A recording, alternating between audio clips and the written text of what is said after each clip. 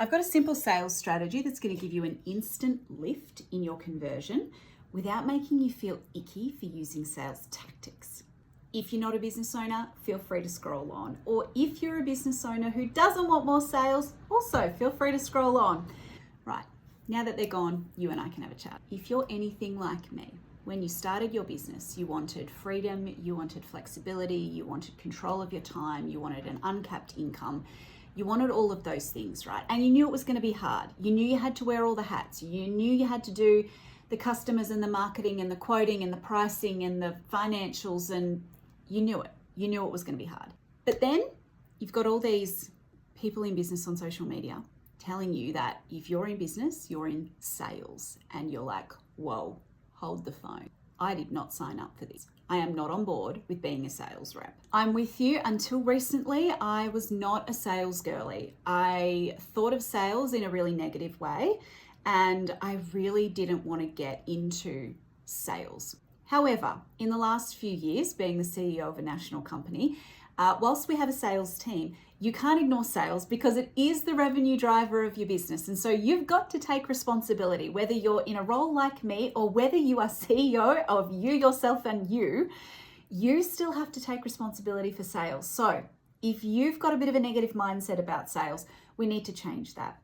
And in this video, I'm going to challenge your mindset, and I'm going to give you one simple strategy that you can implement today that's not tacticky. In fact, it's the total opposite, and it's going to make you actually build more trust with your customers. All right, so let's dive into the strategy first. It's called the unsell, and it actually contradicts kind of human psychology, and that's why it works. The concept is this: you tell them what they don't need so that you can help them decide what they do need. And this is how it looks. Let's just say you and I are wedding photographers. And let's just say that we've got, say, 3 packages, right? We've got a top tier package, all the bells and whistles, wildly expensive. We've got a mid-tier package, which covers most of the day, just drops out some of the reception and some of the stuff that maybe isn't needed. And then we've got like a lower package, which is like your elopement kind of things. And let's just say that you've got an inquiry and you've been speaking to them about what it is that they're really wanting, and you really get a good understanding, right? So you ask lots of great questions, you get in there deep, you look at what they're trying to achieve, you look at what is important to them. And when you've got a whole heap of information because you've been asking good questions, you say this: you know what, after learning so much about you, I actually, look, we could look at the top tier package, but in my opinion, I don't think that you need it. I reckon we actually focus on that mid-tier package. I think that's going to give you everything that you're looking for and come in at a price point that sounds like it's going to be a little bit more friendly to your budget. What we just did was we built trust. We instantly earned trust because we told them, hey, we could go for the top tier package, but I'm not going to sell you something that you don't need. Now, also, side note, make sure if you're using this strategy, you've actually structured your packages in a way that the top tier isn't actually where your margin's at, yeah? This is pricing strategy 101. Maybe I'll make another video about this. Leave it in the comments if you're interested in this. But when you're actually producing packages, particularly in a service-based business, your mid-tier package is always the one that has the most margin in it for you because it's the easiest to sell, because amongst other strategies, you can use this one. Okay, so now I've dished on the strategy. Use that next time you're in a sales situation in your business and let me know how it goes. And now I want to switch gears, and I want to challenge how you're looking at sales right now, because if you're in business, you're in the business of sales. And if that makes you feel a little bit sick in the stomach, then we've got to change that, because you're never going to see better outcomes in your business unless you learn to sell.